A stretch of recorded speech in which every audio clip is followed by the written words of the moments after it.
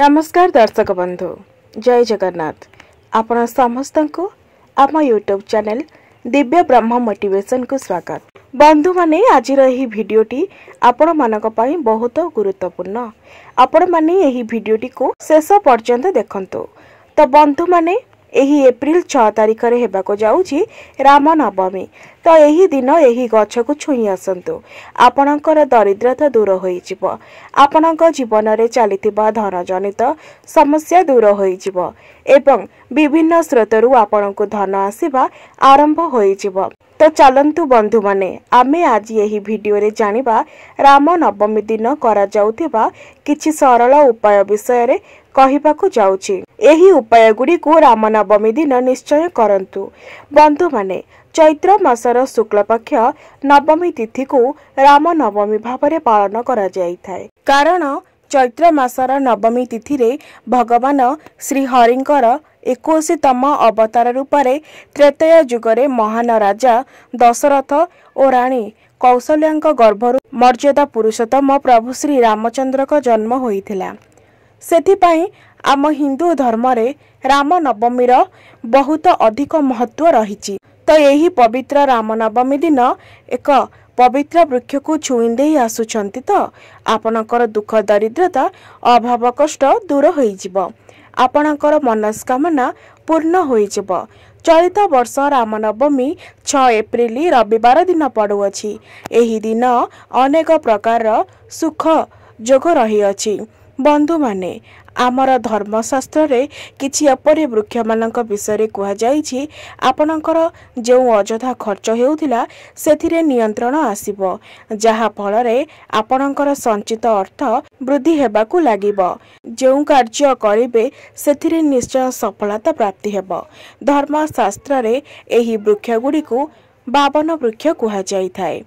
यह वृक्ष को छुईबा द्वारा समस्त प्रकार समस्या दूर होई जाई थाए। एही वृक्ष गुडिकर ईश्वरंकर वास रही थाए।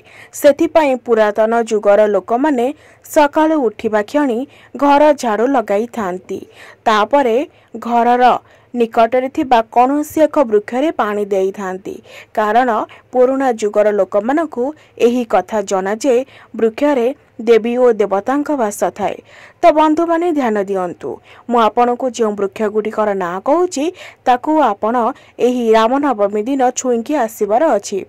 एही पवित्र राम नवमी दिन देवादेवी एही वृक्ष गुडिकरे वास करि थांती।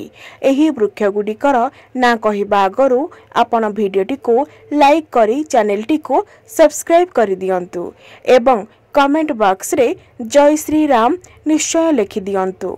तो सही वृक्ष मध्यरु सर्वप्रथम वृक्ष हेउची बेल वृक्ष एवं एही वृक्ष रे मां पार्वती वास होइथाए। एही वृक्ष रे मां पार्वती मध्य वास करिथांती। एही गछरे भगवान भोलानाथ मध्य वास करिथांती। एही गछर मूल रे भगवान ब्रह्मा मध्य वास करिथांती। एही राम नवमी रे गोटिए लोटा जल नियंतु और एथिरे किछि गंगा जल मिसाई दियंतु एवं घर पाखरे थिबा कौनसी एक बेल गछ मूल रे सेही एक लोटा जल को अर्पण करंतु एवं बेल गछ को छुईंकी आपण चली आसंतु।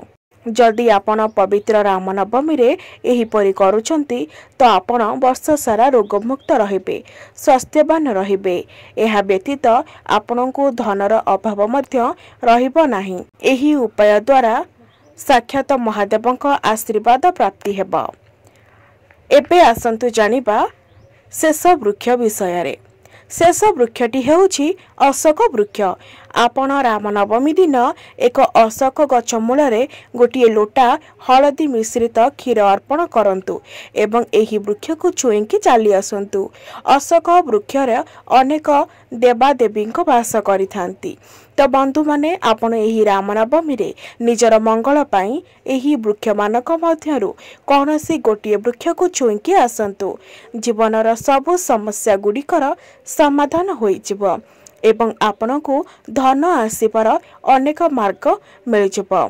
एवं मुख्य कथा हेउछि राम नवमी दिन तुलसी चौरा मूले आपण मध्य घिओ दीपरे गोटिए दीप जलांतु एवं प्रभुंक पाखरे गोटे मुंडियाटीए मारंतु देखिबे आपनकर सब समस्या दूर होई जिवो। तो बंधु माने जदि आपनकु मोर एही भिडियोटी भल लगी थाए तो भिडियोटी को लाइक करी चैनलटी को सब्सक्राइब करि देबे एवं कमेंट बॉक्स रे जय श्री राम निश्चय लिखिबे। आगो को मध्य एमती आपनक मानक पाखकु भिडियो जारी रहबो। से पर्यंत आपनक पाखरु रहुची आज मध्य भिडियोटी एतिकी। नमस्कार, जय जगन्नाथ, जय मां सरला।